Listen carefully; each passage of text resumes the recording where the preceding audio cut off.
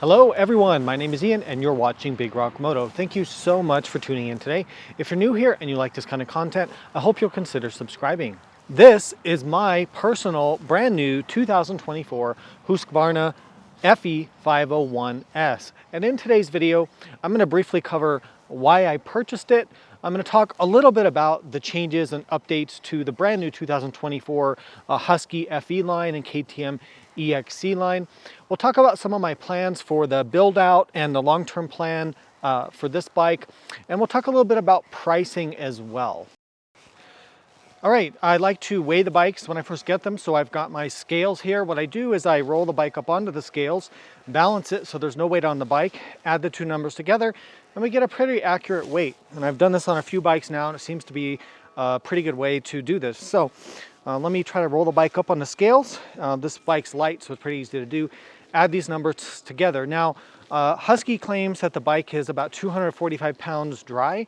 So when you add 2 gallons of gas, or about 9 liters of gas, you add the coolant, maybe a few other things that they're not including, we should be around 255 to 260. I've got about half a tank of gas, so we might be on the low end of that, but let's see what we get.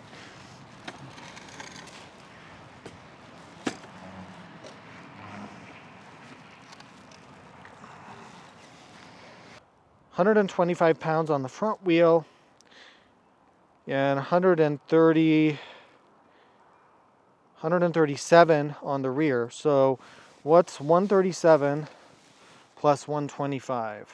125. 262 pounds. So maybe, well, it's a little bit more than I was expecting. So there you go. And once we top up the gas tank, we might add a few more pounds. So with the full tank of gas, we might be around 264, 265. But that's pretty light for, you know, a 500cc street legal dual sport bike, right? The KTM is a few pounds lighter because it doesn't have the rear suspension linkage. Since I've got the camera set up, I might as well show you the riding position. The seat height on this bike, and I'm going to cover this more in a future episodes, is over 37 inches. So these are very tall motorcycles. The reason for that is that look at the ground clearance, look at the suspension travel. That's just, there's no way around it. So you can lower these, especially the Husky, because you have the linkage. You can get a lower seat, but these are tall. There's just no way around it. So even for me at 5'10" or 1.78 meter, to get on this thing, it's like, okay. So I'm on my tiptoes, but because the motorcycle is so light, it's not really that big of a deal. And I'm used to just putting one toe or one foot down like that. So these are tall bikes. You just need to be aware of that. Make sure that you go sit on one at the dealership before you buy one. So why did I purchase this dual sport? If you follow my channel, you've been following some other videos and other series that I've been doing. I've been doing a long-term test on the Honda Transalp. I'm getting a new R1300 GS here in a few weeks. I purchased the 2024 Kawasaki KLX 300 dual sport for a long-term test. So what am I doing with this bike? Well, there's a few reasons for this. One is that this platform is brand new, redesigned for 2024. And this is going to be the performance dual sport of choice, either this or the KTM, for the next few years for people buying a new one. So I really want to test out this new platform and see what it's all about and bring that content here to the channel. The other reasons I purchased this bike is that for the past 10 or 15 years of my riding career, I've pretty much always anyway, had either a KTM 500 or something like that, just because it works for so much of the riding I do. I live in the desert southwest of the United States. We have a lot of open desert type riding, and a 500 class high performance dual sport is such a versatile platform because you can do the desert riding, you can do long dual sport rides, you can do some light adventure riding, you can change the gearing and the tires to do almost any sort of off-road riding. Pretty much all the off-road riding I like to do, you can do with something like this. And I just love this platform. It's such a flexible, fun to ride machine. All right, so let's briefly touch on the changes that they've done for 2024. Now, episode 3 or 4 of this series is going to be a technical breakdown of all the changes and what they mean for you as a rider. But just briefly, I mean, essentially the entire motorcycle is brand new. There are some carryover parts that you can see, you know, some of the switch gear, this terrible mirrors that we still have, you know, a few things like that, maybe the rims, but essentially, it's a brand new bike. Not only this, but also the KTM. They're new. The dual sport models are anyway for 2024. So the dual sport models for KTM, it's going to be like the 350 and 500 EXC and for Husqvarna, it's going to be the FE501S and the FE501S. I only purchase factory street legal dual sport bikes. I don't purchase non-plated bikes because I'm here in California and there's just nowhere to ride bikes like that. Now, effectively, like I was saying, the bikes are brand new. So new engines, new chassis, new frame, new suspension, a lot of new components. It may kind of look the same on the surface, but there's actually a lot different. So we're going to be delving into that in this series. Some of the changes that I'm most excited for with the 2024 platform is the new suspension. So for the past couple generations of these bikes, not only the Husky, but also the KTM, they were really kind of in a weird place with their suspension, with some of the Explorer stuff, and I think the 4CS maybe as well. Now they've gone to the WP Exact. So you've got a closed cartridge front fork with rebound and damping in each leg. You have now completely toolless adjustment on the rear shock, and it's also the Exact unit. So from what I've been reading from early reports, this suspension is a dramatic improvement from the one we saw in the previous couple generations. So I'm really excited to start to test this out. Also new for Husky for 2024 is they've gone to the same subframe as the KTM. So no longer do we have that full composite subframe, which was a weak point. Now we have a hybrid subframe, which it shares with the KTM, which is much more durable, much stronger, and is one of the reasons I didn't have a Husky before, but I do have a Husky now. I'll also admit to being partial to the color scheme, the blue frame. It's sparkly blue. I like the sparkles. And, you know, yeah, the overall look of the bike, the finishing just seemed a little bit nicer than the KTM.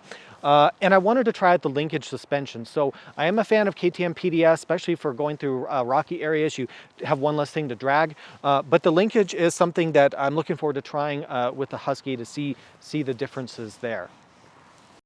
All right, let's talk a little bit about my plans for the bike, but also my plans for the series of videos on this bike. So you're watching episode 1 now.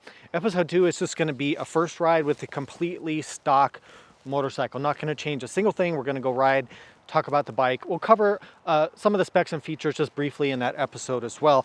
But if you really want to geek out on every single little specification, which most of you don't, but if you do want that, you know, there's websites where you can get that information. So I'm going to try not to put you all to sleep with stuff like that. But you know, what we're going to focus on in starting in episode 2, but then in episode 3 especially, is what are the first changes you can make to this bike or a bike like this to get the most out of it. So stuff that maybe doesn't cost a fortune right off the bat. So simple things like setting the sag. So I have this new sag measuring tool, this digital one that I bought, that we're going to be showing how to use that. Setting our suspension up for your weight and your riding style, making sure your sag and geometry is correct, dialing in your control levers and things like that. So things you can do for free to make the bike work better. Then we're going to start out with the basics, you know, putting on better tires, putting on a little bit of protection. We're going to put on a more comfortable seat, a larger fuel tank, some more protection bits. We're going to change the mirrors, probably clean up the rear tail of the bike with a license plate holder. Kind of start with the stuff that most people are going to want to do to a bike like this, because really they have to make compromises to get these bikes to pass the EPA test, the regulations, the sound test, the emissions test. They have to make compromises on things to make that work, to make it street legal. And so, you know, the owners, it's on us to kind of fix some of that stuff. And if you've had a bike like this, you know exactly what I'm talking about.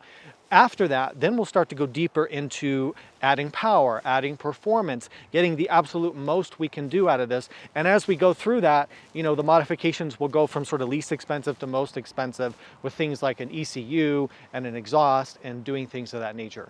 All right, let's talk a little bit about price. So, you know, this comes up a lot. For some people out there, and if you clicked on this video and you're excited to watch this, I'm guessing that you can afford this bike, or maybe you already have a bike like this. This motorcycle is $13,000 plus tax and fees. It's not a cheap bike. This is probably the most expensive mass-produced dual sport bike right now in the world, right? That I can think of anyway. So why is it worth $13,000? Is it worth that? I mean, I remember when I bought my 500 EXC back in 2014, and I had that bike for 4 or 5 years actually. I think I paid like $9,000 or $10,000 for that. But inflation, times have changed, things cost more. So going from 9 or 10,000 now up to 13,000 to get a new version in 2024, I guess that's within reason. And they have improved things on the bike, but this is over twice as much money as my KLX 300. So as we go through this series, we'll talk about, you know, how do you know if it's worth it to make that huge jump from something like a KLX or a CRF 300L or a DRZ all the way up to something like this? Now, for a lot of people, it's going to make sense to buy a used one. You know, get the previous generation or 2 generations ago. You know, spend $7,000 or $8,000 on one that's probably already got all the extra aftermarket stuff on it anyway. I'm starting from spending $13,000 and then having to go out and additionally buy parts for it. Well, I get some of the parts sponsored because I'm a YouTuber, but some of them I have to still purchase, which adds even more to the cost. So it gets pretty crazy.